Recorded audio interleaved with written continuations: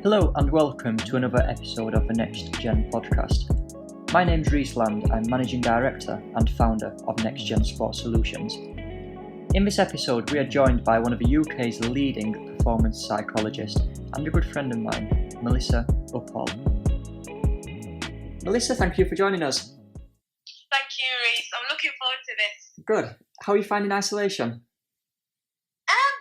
Not bad, to be honest. Just in my routine and disciplined. I think that's probably the key things right now. And obviously, working from home is keeping me very, very productive. So yeah, all good. How are you finding working from home? I mean, in terms of not being able to meet people face to face and not being out and about in different environments is difficult because staying in one environment can be a bit boring, or at times just you want to change. But other than that, because I'm so productive with a lot of things with the change and adapting to the current situation, it's okay in a way because it's keeping me focused and on track. So there's always alternative ways where I can always shift myself from different environments by either going upstairs or downstairs. So that's probably the minimal movement I can do right now. I'll probably go out for a walk. So yeah. Good. So just for the benefit of this podcast, so I've known you for about 6 months now, and we've become quite good friends. So yeah, just a bit about yourself. So you used to be a tennis player. Mm-hmm. You've become a qualified psychologist within performance, and Yeah. you now own Unlock Performance. So tell us a bit more about you and the company. Yeah, wow, you just saying that sounds quite overwhelming. But yeah, I grew up playing tennis at a very young age. It was my sport that I was put in since childhood. And when I reached about probably the prime age where you compete and travel around the country is probably where I felt like that's probably where it had the most impact on me psychologically. So I then obviously went away and took my tennis to Loughborough, where I obviously studied there and carried on playing, and then realised that psychology was something that was a really big topic that kept coming up in my degree, and I felt like it was really relatable to myself as a person, but not just as a person, but also as an athlete. So and then I just went with something that I was obviously passionate about, what I liked, and what I felt really relatable in my personal experiences, and I just took it from there really. So by learning it myself and being in the education system and understanding how psychology works and applying it with others, I started to apply it on myself as a player, realising what are the ways of coping, managing, and also not even that, what are the environmental demands, what are the personal demands that we have as an athlete. So I applied it on myself because I came back to compete, and then from there is where basically Unlock Performance was born, and it became kind of an inspirational to all the national players that were around me at that time, who were in their youth times, growing up. So yeah, it just came about from there really, and that's how it all started. Didn't expect to be here, so it is what it is.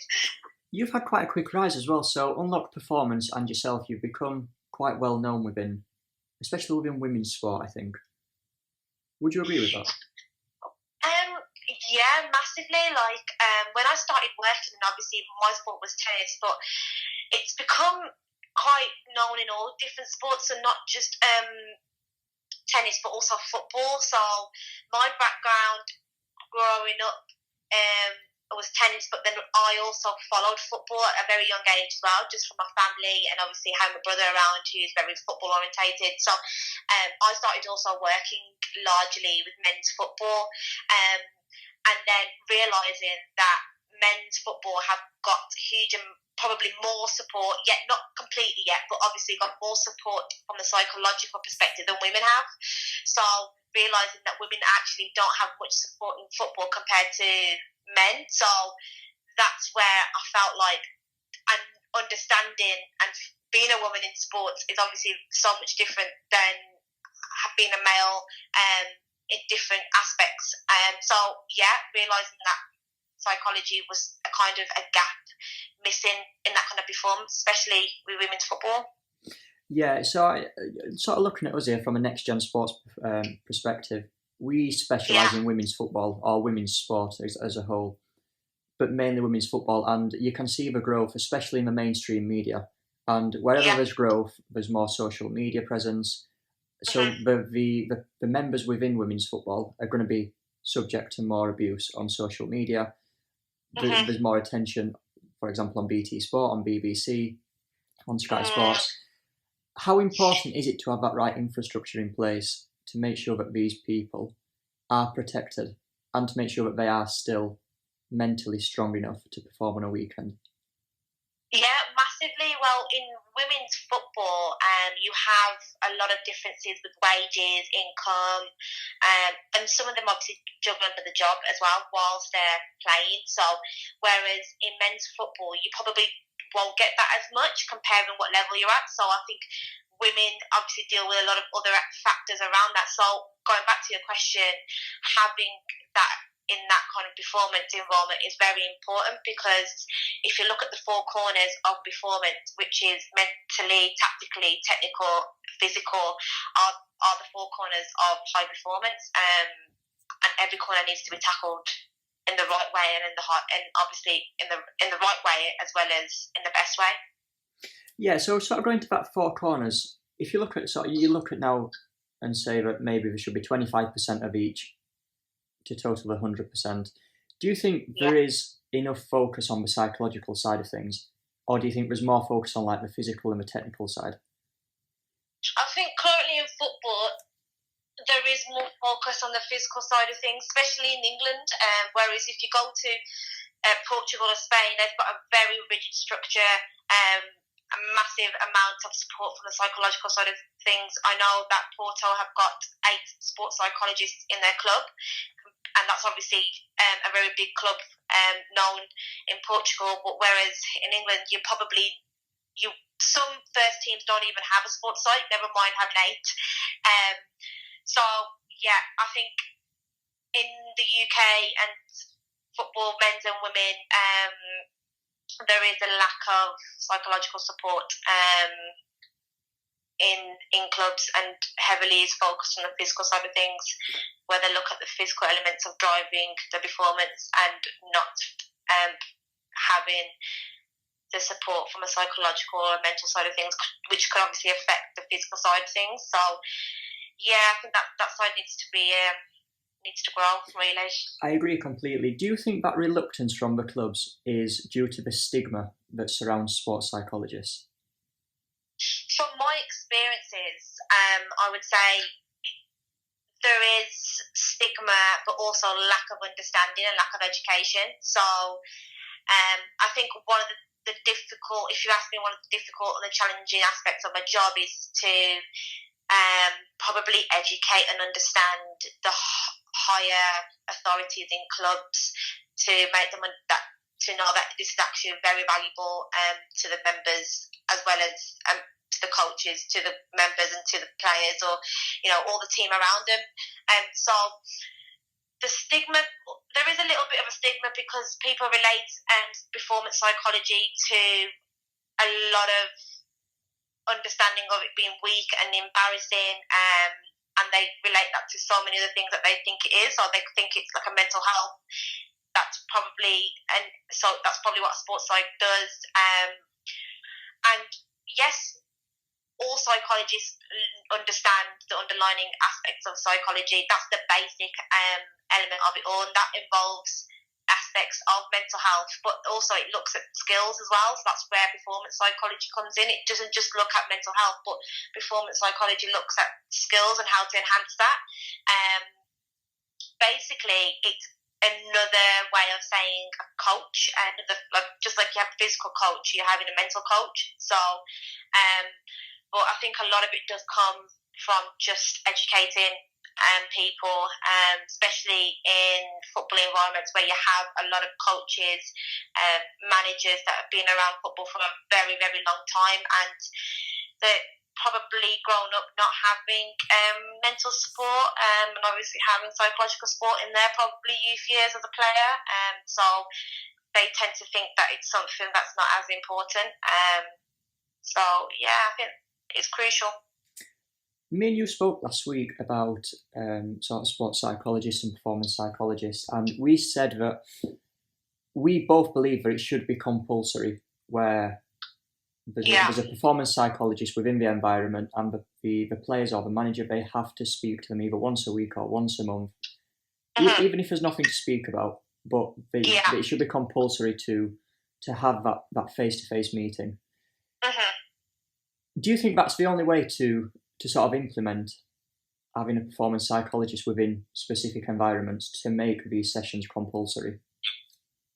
I think that's a great way to obviously make players understand exactly what the role of a performance and sports psychology is, and make them open to that as well.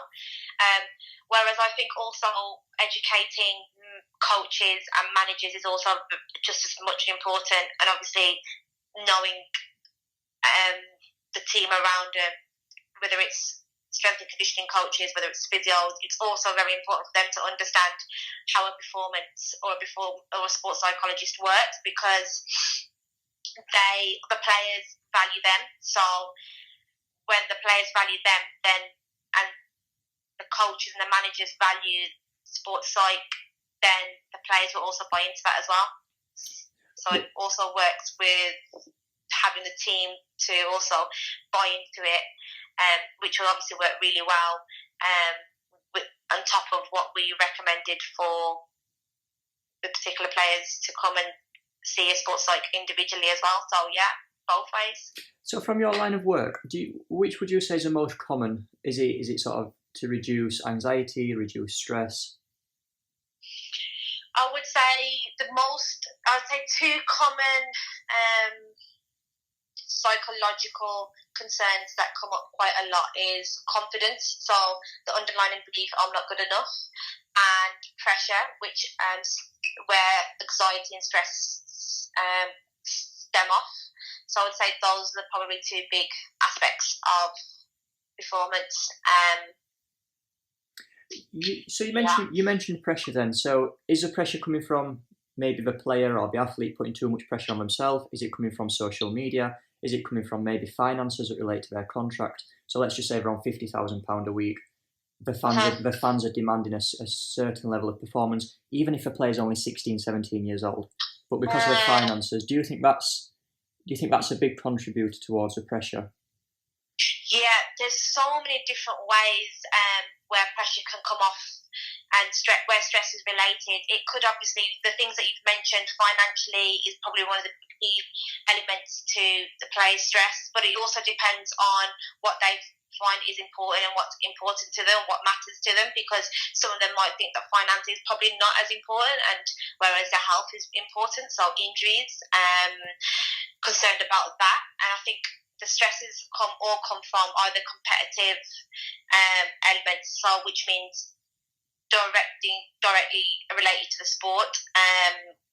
So these could be like I've just mentioned, injury, returning back from injury, maybe like pressures leading up to a game day, pressures obviously performing against the opposition, and obviously competing in different places. So that's one element. Also, pressure can come from organisational, where an athlete responds to the environmental demands. So, like, for example, there could be training issues, interpersonal conflicts with teammates and coaches. I've had players that probably, again, had lack of support within their organisation. So that could be also an element where they can't fully feel ease of stress because they don't have the support. And then one of the key things that keeps coming up over and over again is personal stresses. So we always look at a footballer as a footballer. Obviously, that's how we see them, but it's forgetting that they're a human being and they obviously have a lot of stresses and pressures outside of football. So this could be, like, again, lifestyle issues, changes, like you've mentioned, financial changes is another aspect of their stress, and not just even that, traumatic life events. That could be an add-on to a lot of affecting with their stress, and obviously increasing the levels of pressure within their sport. Yeah, absolutely.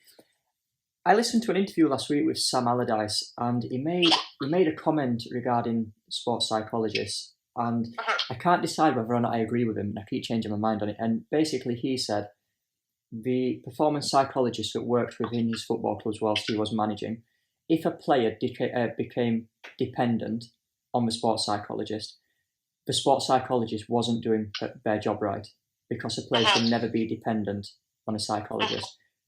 What's your comments on that? Well, a sports psychologist and a performance psychologist's role is to enhance performance and to build skills within a player. So how I work is by teaching them how to build those skills and how to build ways of going with their psychological concerns. In a way, I do agree with him, because we're there for a certain amount of time for them to be independent and to learn those skills that they have when you're with a psychologist. On the other hand, we're still there to support them regardless. So there is players where I've helped them to build skills, enhance their performance by gaining their confidence, and we've come to a point where we've set goals, met the goals. However, we've built that kind of relationship where they feel like they can come back to me and tell me about their successes and also check in with myself. So we're yes and no, if that answers that kind of question. So dependent, in a way, I think it means that a psychologist shouldn't always be telling a player what to do every single time. I think a good psychologist, a good performance psychologist, a good performance psychologist helps a player to build those skills independently, and obviously be there for support, and obviously build a really good relationship. Absolutely. How big do you think social media is as a contributor towards players needing the right support system around them? Yeah, massively. Working with some, especially male footballers, they use a way of avoidance, so avoiding social media, whether it's completely going private and not sharing their input or their personal lives out there. So, and also comparing themselves to others can be a major impact within football as well. So knowing that someone's at a certain playing field compared to where they want to be. So yes, and a lot of footballers, males and females, use social media quite a lot. So it does have an impact on knowing, well, that person's doing great there and I'm here. And yeah, so a lot of comparisons happen within themselves from social media. However, on the other way, I think it's an advantage in terms of it brings them all together. So when I work with some players and we talk about social media having an impact, it comes down to their perception of what they think of social media. So some players will say, right, I love it because I love communicating and connecting with people, making it fun, whereas others don't like it. They feel like it puts a lot of pressure on them, creates a lot of stress, so obviously try to avoid it or either keep themselves very, very private. So I think that really comes down to the individual and how they perceive social media as. So it can be a positive and it also can have a negative effect on the individual. Absolutely. So you also work with business people as well. So who can benefit from your services? So you've got your players, managers, business people.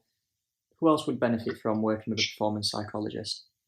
Yeah, so it's high performers, the guys that you just mentioned, business, athletes, musicians, artists, performing arts, just covered all that.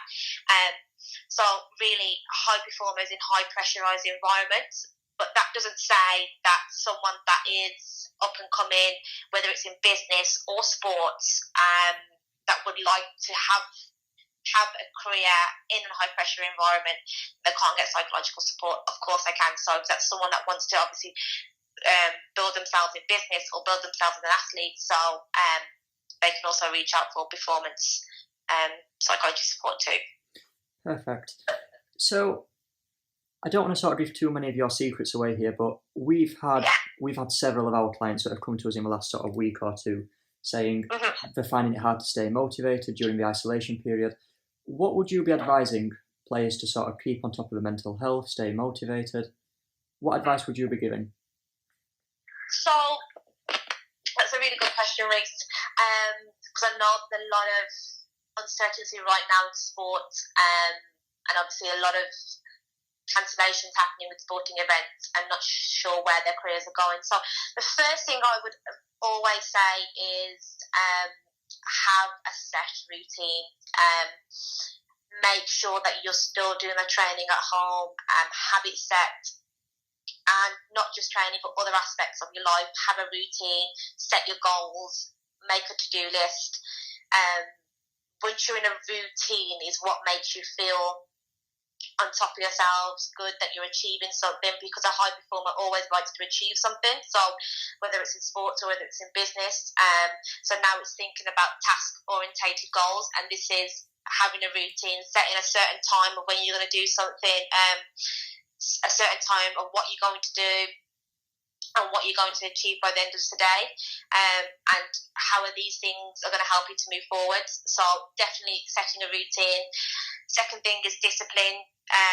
Don't lose your discipline. Stay as you are. So you don't want distractions or anything that is obviously in the way of things, and obviously not letting you to do certain things. You don't want that to happen. You want to still keep a discipline. You want to still keep going with everything that's going around you.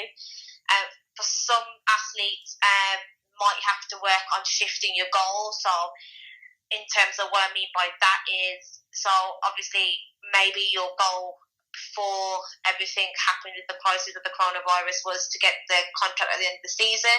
So that probably might be a goal, but now you might have to shift your goal to something that probably is not related to that anymore. So that's also a key thing. Shifting your goals, shifting your focus is probably one of the key things I could probably emphasize a lot right now. So so it's just give yourself that's actually really good advice, to be honest. And I just want to sort of put something here on record. I know quite a few both male and female athletes that have used performance psychologists or sports psychologists, and a lot of the feedback that I personally get is they're sort of scared to speak to the psychologist in case it gets back to their managers. Right. Can we just sort of state on record that the sessions that you deliver would always stay between the player or the manager and yourself?